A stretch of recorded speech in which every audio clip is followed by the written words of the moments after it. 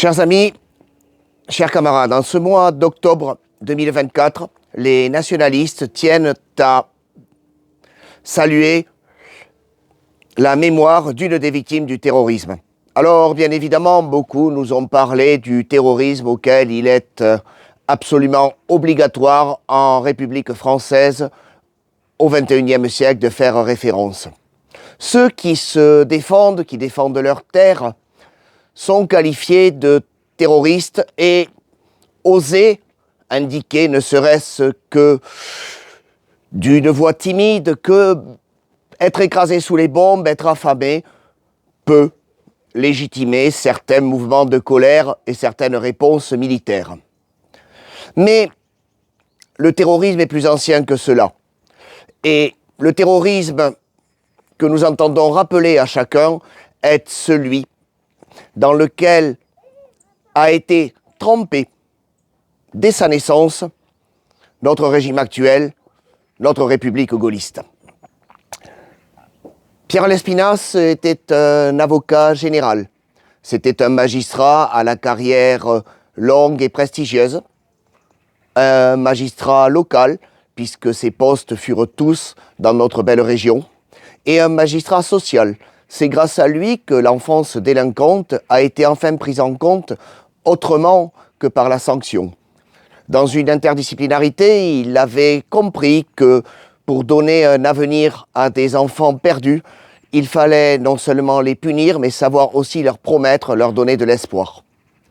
Au jour sombre de l'occupation, après la défaite de 1940, Pierre Lespinasse ne s'est pas dérobé au devoir. Et face à la montée du terrorisme, face au meurtre, au sang français versé, il a pris ses responsabilités pour requérir devant la section spéciale de la Cour d'appel de Toulouse la peine de mort à l'encontre d'un terroriste. Terroriste qui a actuellement sa statue, que l'on célèbre, mais terroriste. Individu qui, communiste, sans patrie, ne pensait au nom de sa révolution qu'à faire couler le sang pour assurer le triomphe d'un prolétariat international sur un monceau de cadavres. Cette barbarie a été sanctionnée, elle a été sanctionnée de la peine la plus dure qui se pouvait à l'époque, la peine de mort, mais elle a été sanctionnée avec justesse sur les réquisitions de Pierre Lespinasse.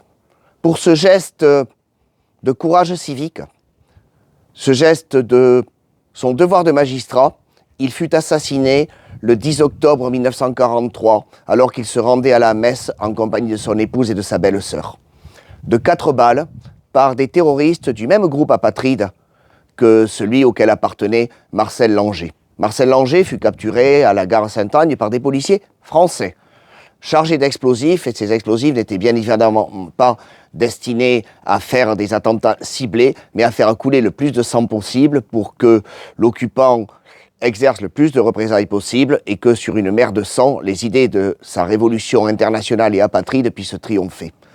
C'est ce terrorisme-là que nous voulons rappeler à nos concitoyens, ce terrorisme-là sale, ce terrorisme-là qui n'est pas celui d'un peuple qui se défend sous les bombes, ce terrorisme-là qui tend à créer une ambiance où personne ne peut vivre, à déchaîner sur le peuple français l'ire, la colère et la vengeance de l'occupant allemand, afin de favoriser une révolution internationale au préjudice tant du peuple français que du peuple allemand.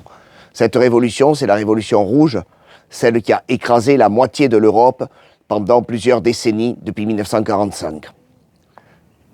Pierre Lespinasse est pour nous le symbole de ce courage du fonctionnaire conscient de son devoir vis-à-vis de l'État, de ce courage du Français anonyme, de ce courage du Français assassiné.